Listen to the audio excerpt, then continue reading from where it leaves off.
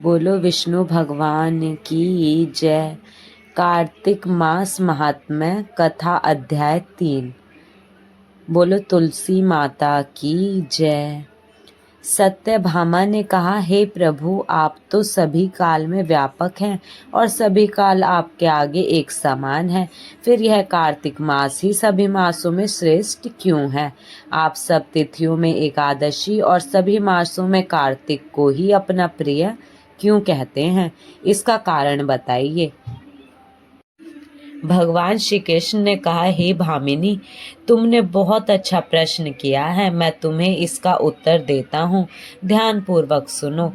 इसी प्रकार एक बार महाराज बैन के पुत्र राजा पृथु के प्रश्न के उत्तर में देव ऋषि नारद से प्रश्न किया था, और जिसका उत्तर देते हुए नारद जी ने उसे कार्तिक मास की महिमा बताते हुए कहा, हे राजन, एक समय शंख नाम का एक राक्षस बहुत पहलवान एवं अत्याचारी हो गया था। उसके अत्याचारों से तीनों लोकों में त्राही त्राही मच गई। उस शंखासुर ने स्वर्ग में निवास करने वाले देवताओं पर विजय प्राप्त कर इंद्र आदि देवताओं एवं लोकपालों के अधिकारों को छीन लिया। उससे भयभीत होकर समस्त देवता अपने परिवार के सदस्यों के साथ सुमेरु पर्वत की गुफाओं में बहुत दिनों तक छिपे रहे। तत्पश्चात वे निश्चित होकर सुमेरु पर्वत की गुफाओं में ही रहने लगे। उधर जब शंखासुर को इस बात का पता चला कि देवता आनंद पूर्वक सुमेरु पर्वत की गुफाओं में निवास कर रहे हैं, तो उसने सोचा कि ऐसी कोई दिव्य शक्ति अवश्य है जिसके प्रभाव से अधिकारहीन यह देवता अभी भी बलवान है। सोचते सोचते वह इस निर्णय पर पहुंचा कि वेद मंत्रों के बल के कारण ही देवता बलवान हो रहे हैं। यदि इनसे वेद छीन लिए जाएं तो वह बलहीन हो जाएंगे। ऐसा विचार कर शंखासुर ब्रह्मा जी के सत्यलोक से शीघ्र ही वेदों को हर लाया। उसके द्वारा ले जाए जाते हुए भय से उसके चंगुल से निकल भागे और जल में समा गए। शंखासुर ने वेद मंत्रों तथा बीज मंत्रों को ढूंढते हुए सागर में प्रवेश किया, परंतु ना तो उसको वेद मंत्र मिले और ना ही बीज मंत्र। जब शंखासुर सागर से निराश होकर वापस लौटा तो उस समय ब्रह्मा जी पूजा की सामग्री लेकर सभी देवताओं के साथ भगवान विष्णु की शरण में पहुंचे और भगवान को गहरी निद्रा से जगाने के लिए गाने बजाने लगे और धूप गंध आदि से बारंबार उनका पूजन करने लगे।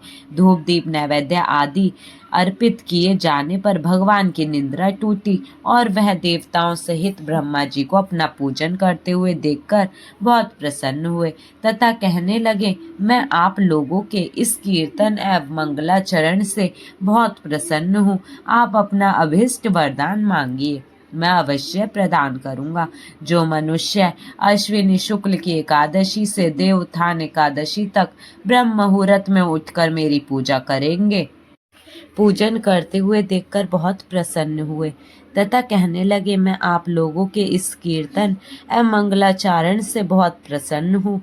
आप अपना अभिष्ट वरदान मांगिए, मैं अवश्य प्रदान करूँगा। जो मनुष्य अश्विनी शुक्ल की एकादशी से देवोत्थान एकादशी तक ब्रह्म मुहूर्त में उठकर मेरी पूजा करेंगे, उन्हें तुम्हारी ही भांति मेरे प्रसन्न होने के कारण सुख की प्राप्ति होगी। आप लोग जो पाद्य अर्घ्य आचमन और जल आदि सामग्री मेरे लिए लाए हैं, वह अनंत गुणों वाली होकर आपका कल्याण करेगी। शंखासुर द्वारा हरे गए संपूर्ण वेद जल में स्थित हैं। मैं सागर पुत्र शंखासुर का वध करके उन वेदों को अभी लाए देता हूँ। आज से मंत्र बीज और वेदों सहित मैं प्रतिवर्ष कार्तिक मास में जल में विश्राम किया करूँगा। अब मैं मत्स्य का रूप धारण करके जल में जाता हूँ। तुम सब देवता भी मुनीश्वरों सहित मेरे साथ जल में आओ। इस कार्तिक मास में जो श्रेष्ठ मनुष्य प्रातःकाल स्नान करते हैं, वह सब यज्ञ के अवभृत स्नान द्वारा भली भांति नहा लेते हैं। हे देवेंद्र, कार्तिक मास में व्रत करने वालों को सब प्रकार से धन, पुत्र पुत्री आदि देते रहना और उनकी सभी आपत्तियों से रक्षा करना। हे धनपति कुबेर, मेरी आज्ञा के अनुसार तुम उनके धन धान्य की वृद्धि करना, क्योंकि इस प्रकार का आचरण करने वाला मनुष्य मेरा रूप धारण करके जीवन मुक्त हो जाता है। जो मनुष्य जन्म से लेकर मृत्यु पर्यंत विधि पूर्वक इस उत्तम व्रत को करता है वह आप लोगों का भी पूजनीय है। कार्तिक शुक्ल पक्ष की एकादशी तिथि को तुम लोगों ने मुझे जगाया है, इसलिए यह तिथि मेरे लिए अत्यंत प्रतिदायिनी और मान्य है। हे देवताओं, यह दोनों व्रत नियम पूर्वक करने से मनुष्य मेरा सानिध्य प्राप्त कर लेता है। इन व्रतों को करने से जो फल मिलता है वह अन्य किसी व्रत से नहीं मिलता। अतः प्रत्येक मनुष्य को सुखी और निरोग रहने के लिए कार्तिक महात्म्य और एकादशी की कथा सुनते हुए उपयुक्त नियमों का पालन करना चाहिए। आइए अब तुलसी जी की आरती कर लेते हैं। तुलसी महारानी नमो नमो, हरि की पटरानी नमो नमो। धन तुलसी पूर्ण तप कीनो, शाली ग्राम की बनी पटरानी।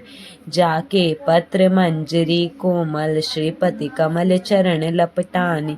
तुलसी महारानी नमो नमो, हरि की पटरानी नमो नमो। धूप दीप नैवेद्य आरती, पुष्पन की वर्षा बरसानी। 56 भोग 3600 व्यंजन, बिन तुलसी हरि एक न मानी। तुलसी महारानी नमो नमो, हरि की पटरानी नमो नमो। सभी सखी मैया तेरो यश गावे, भक्ति दान दीजे महारानी। नमो नमो तुलसी महारानी, नमो नमो तुलसी महारानी। तुलसी महारानी नमो नमो, तुलसी महारानी नमो नमो। हरि की पटरानी नमो नमो। हे विष्णु भगवान, जैसे सभी देवताओं की कामना पूर्ण करी वैसे ही जो जो कार्तिक मास नहाए और आपकी आरती करे उसको भी आप ऐसे ही फल देना, उनकी इच्छाएं पूरी करना। धन्यवाद।